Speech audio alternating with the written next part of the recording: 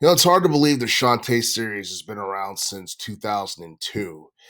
And the thing is, a lot of people really didn't know about the series until the teens decade because it seemed like the series began to become more popular with installments like Shantae, the Pirate's Curse, and Half Genie Hero, and the Seven Sirens. Those games all came out within the teens decade, so it was all like within the past like decade. And like before that, you look at the games that we got in the 2000s. The only main game we got was the Shantae game for Game Boy Color, and that one was published by Capcom. It's something that a lot of people don't know about.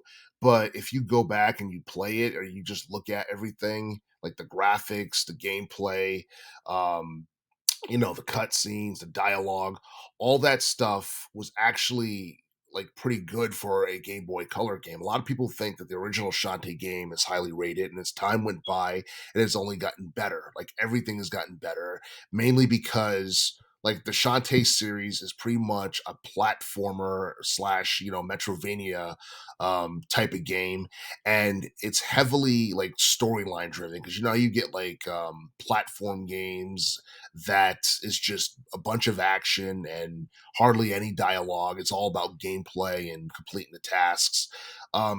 Shantae, like the Shantae games that came out within the past 2 decades, it was all that stuff. Then you had like a story driven plot.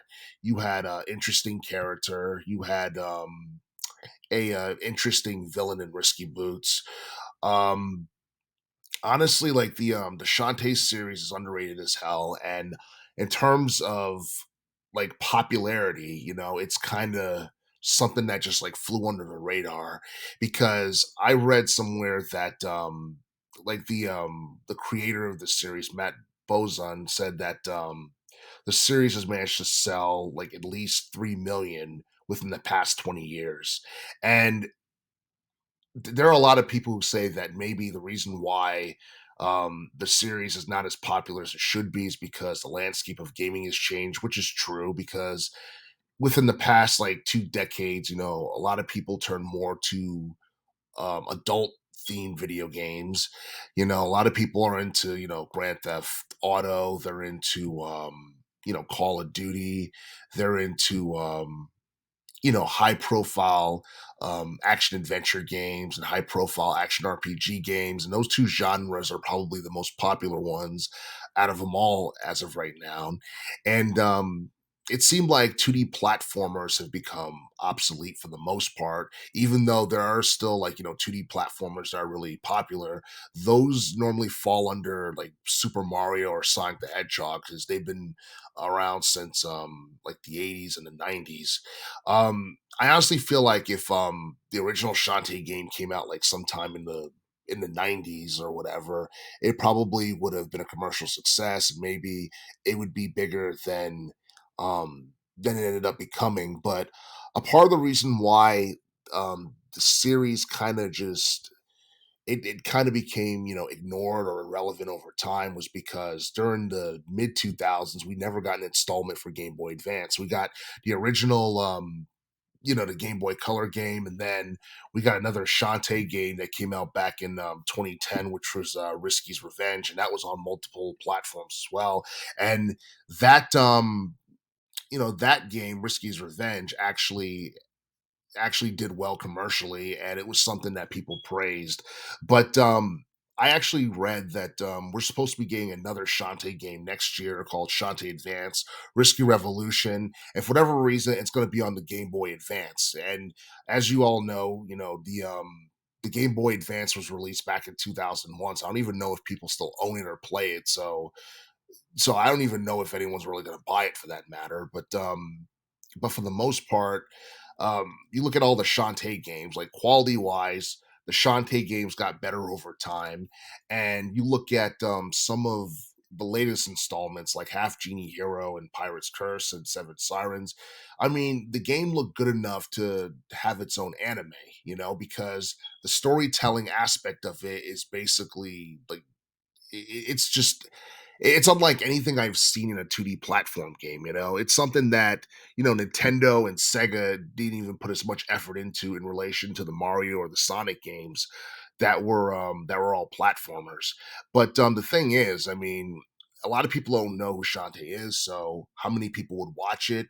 And, is it really worth it in the end? I honestly feel like Shantae is a compelling character. She's very unique. She's half genie. She's a dancer. She can transform into animals, whether it be a monkey or an elephant. And she's always getting involved in something crazy and trying to protect the place where she lives. And I do feel that a Shantae television series would be interesting, but the question is whether or not it'll ever happen. I believe the creator, Matt Bozen, he expressed interest in possibly doing a television series regarding Shantae and her adventures and all that stuff. But the thing is, WayForward is more of a video game company than it is like a television, media production, type company. And the thing is, like you look at like Nintendo had the Super Mario Brothers movie back in April, and then we got to see the Sonic movies in 2020 and 2022 and from Sega. And pretty much Way Forward for the most part is unknown to the general public. And for the most part, I don't know if they necessarily have that type of pull or whether or not they'd be able to, convince like a particular, a media production company to pretty much like produce an anime series regarding, the Shantae franchise. And with that being said, I don't know if that's ever going to happen. Way Forward could definitely attract some eyeballs if they talk more about Shantae and how Shantae can be like the next big character as far as gaming is concerned, because you look at like gaming mascots and all that stuff, we don't see too many nowadays. I mean, the days of gaming mascots are kind of old, and larger than life video game characters is kind of old and dead. People like more realistic characters in this day and age, because back in the day you had like Crash Bandicoot, Spyro, Mario, Sonic, Laura Croft. You had actual like characters that you can build franchises around. I do feel like Shantae kind of came up during a time period where all that stuff started to basically start to die off for the most part, and it seemed like since like the mid to late 2000s, things have never really been the same. You've been able to create video game characters where you can build a franchise around. Nowadays, everything's more about the game itself, the quality, the replay value, and all that stuff, and online, multiplayer gameplay and what have you. But it is what it is. But just looking at all the games that came out in the Shantae franchise and just seeing like how it got better over time in terms of quality and just replay value and just how intriguing it is. I do feel that the Shantae series definitely deserve its own television series, but there's a very slim chance that's actually going to happen.